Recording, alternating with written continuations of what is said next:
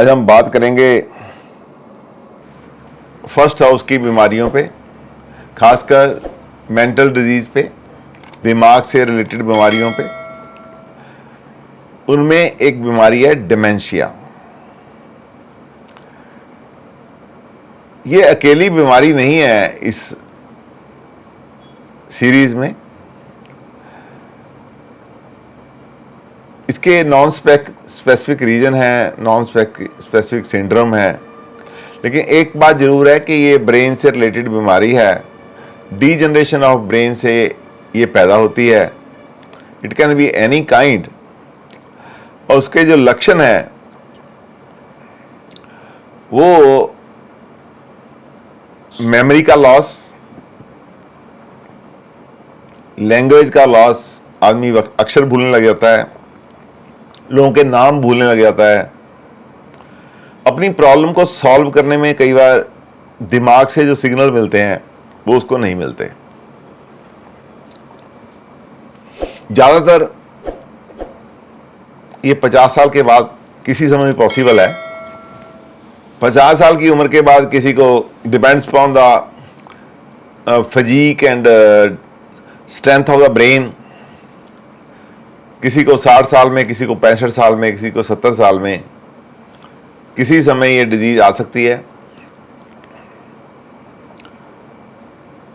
इसको other words में बोलें, ये भूलने की बीमारी है, जिसमें हम जिनसे बात करते हैं उनके नाम कई बार याद नहीं रहते, अपने बच्चों के नाम याद नहीं रहते, जो डे टू डे रूटीन में मिलने वाले लोग हैं उनके नाम हम भूल जाते हैं। इसको हम डिमेंशिया बोलते हैं। ये लाइफ लॉन्ग चलती है, बढ़ती जाती है डे बाय डे। और यदि ये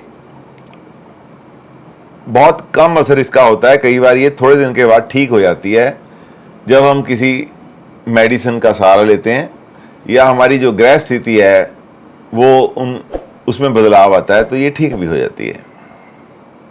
जो ठीक होने वाली है उसका नाम हम बोलेंगे डिलेरियम। डिमेंशिया ठीक नहीं होता। आपकी जो ठीक होने वाली बीमारी है उसका नाम है डिलेरियम। वो ये समझो डिमेंशिया की छोटी बहन है। इसके लिए कुछ एस्ट्रोलॉजिकल रीजन है।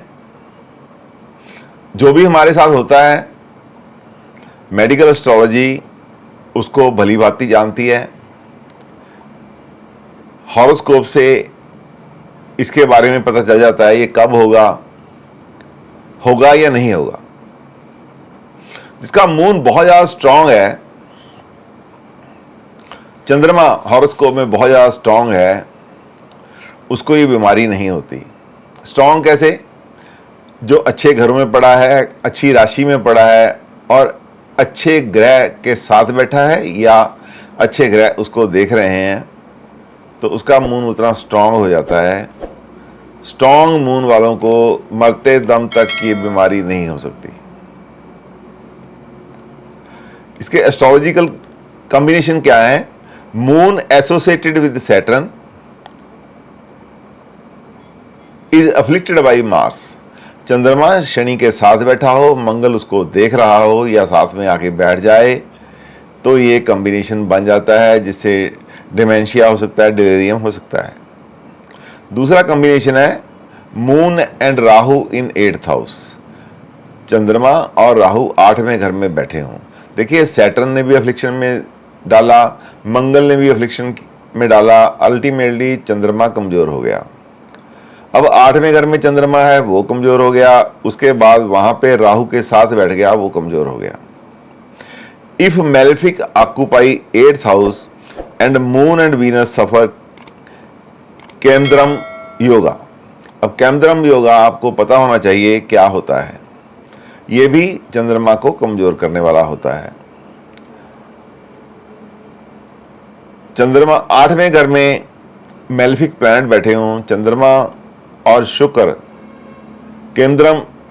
केमुद्रम योगा में होगा। इसका मतलब क्या होता है कि इनके एक घर आगे एक घर पीछे कोई प्लैनेट ना बैठा हो, खाली हो, तो ये केमधर्म योगा है। ये जनरली ये दरिद्र योगा के नाम से भी जाना जाता है, दरिद्र योगा के नाम से भी जाना जाता है।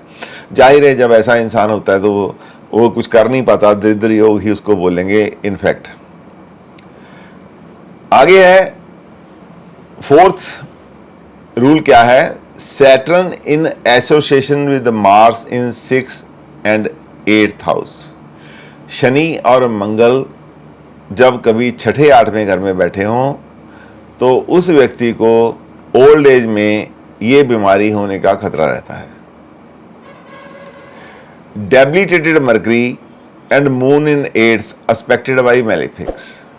बुध जो है कम्युनिकेशन का कारक है, बुध हमारे तंत्र का कारक है, नर्व सिस्टम का कारक है। जब बुध नीच का हो, डेबिलिटेशन में हो, चंद्रमा 8वें घर में वीक हो, तो हमारा स्नायु तंत्र, हमारा जो नाड़ी सिस्टम है वो कमज़ोर हो जाता है, जिसकी वजह से हमें भूलने की बीमारी, डेमेंशिया या डिलीरियम हो सकती है। 8th कॉम्बिनेशन है सूर्य, चंद्रमा एंड मंगल पहले घर में हो, 8वें घर में हो और उनको बुरे प्लैनेट देखते हो, तब भी हमें भूलने की बीमारी होने का खतरा ओल्ड एज में रहता है। सर ये तीनों प्लैनेट एक ही हाउस में होने चाहिए, सन, मून एंड मार्स? नहीं, ऐसा है, ये जो कॉम्बिनेशन है इनका तीनों का इकट्ठे होना जरूरी है। Sun moon Mars posted in 1st house, हाँ जी, वही ना, इकट्ठे होने चाहिए। हाँ जी, एंड 8th हाउस जब होंगे तो उनको बुरे प्लैनेट भी देखने चाहिए, ये भी तभी बात होगी। तो इसका क्या है, planets in parenthesis show their position in Navamsha. जो प्लैनेट के ब्रैकेट में हैं, जो ब्रैकेट में प्लैनेट दिए गए हैं, वो इनकी पोजीशन नवांशा में देखनी चाहिए। Native has lagna Mercury and Rahu closely conjunct in nakshatra of moon and lagnesh Venus in conjunction with sun in nakshatra of Mars and is combust. 3rd moon is 6th house associated with 6th lord Mars. यहाँ पे देखो bracket आ गई है राहु, इसका मतलब it should be retrograde, Saturn should be retrograde. ये आपने इसका पढ़ लेना।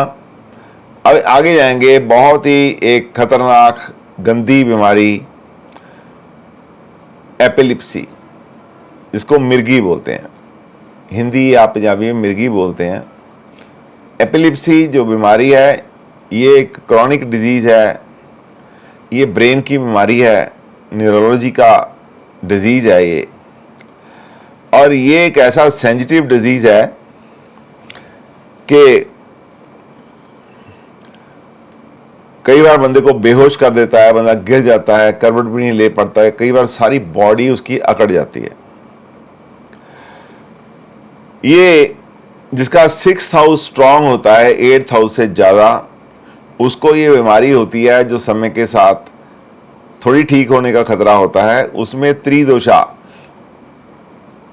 के कारण या पिछले जन्मों के कर्मों के कारण ये बीमारी पाई जाती है, जिसके 8वें घर में, 8वां घर स्ट्रांग होता है जिसका, छठे घर से, उसका ये जो त्रिदोष हैं हमारे बात पित्त कफ, उनके बैलेंस के बिगड़ने से होती है। और जो छठे घर में जब स्ट्रांग प्लैनेट बैठे हों, छठा घर स्ट्रांग हो 8वें घर से, तो उसकी बीमारी पिछले जन्म की मानी जाती है।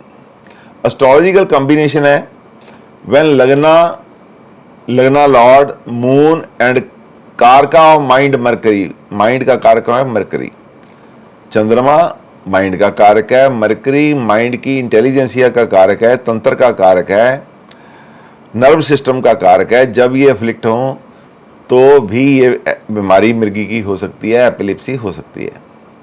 Sun moon Mars Saturn and Rahu, इनमें से कोई 3 planet, sun moon Mars Saturn and Rahu, इनमें से कोई 3 प्लैनेट लगन में बैठे हों, 8वें घर में बैठे हों, तो भी मिर्गी की बीमारी होने का खतरा रहता है, एपिलिप्सी होने का खतरा रहता है। Sun and Rahu 8th and malefic in 5th and 9th, 5वें घर में 9वें घर में मेलेफिक बैठे हों, सैटर्न राहु इकट्ठे 8वें घर में बैठे हों, कोई अच्छा प्लैनेट इनको ना देखता हो और चंद्रमा भी ऐसे में अफ्लिक्टेड हो तो मिर्गी की बीमारी एपिलिप्सी होने का खतरा रहता है। लगना लॉर्ड इन त्रिक houses in association with Rahu, Saturn और मार्स, लगन का स्वामी 6, 8, 12 घरों में हो और साथ में एसोसिएट हो राहु सैटर्न या राहु मार्स या सैटर्न मार्स, तो भी मिर्गी की बीमारी होने का खतरा रहता है।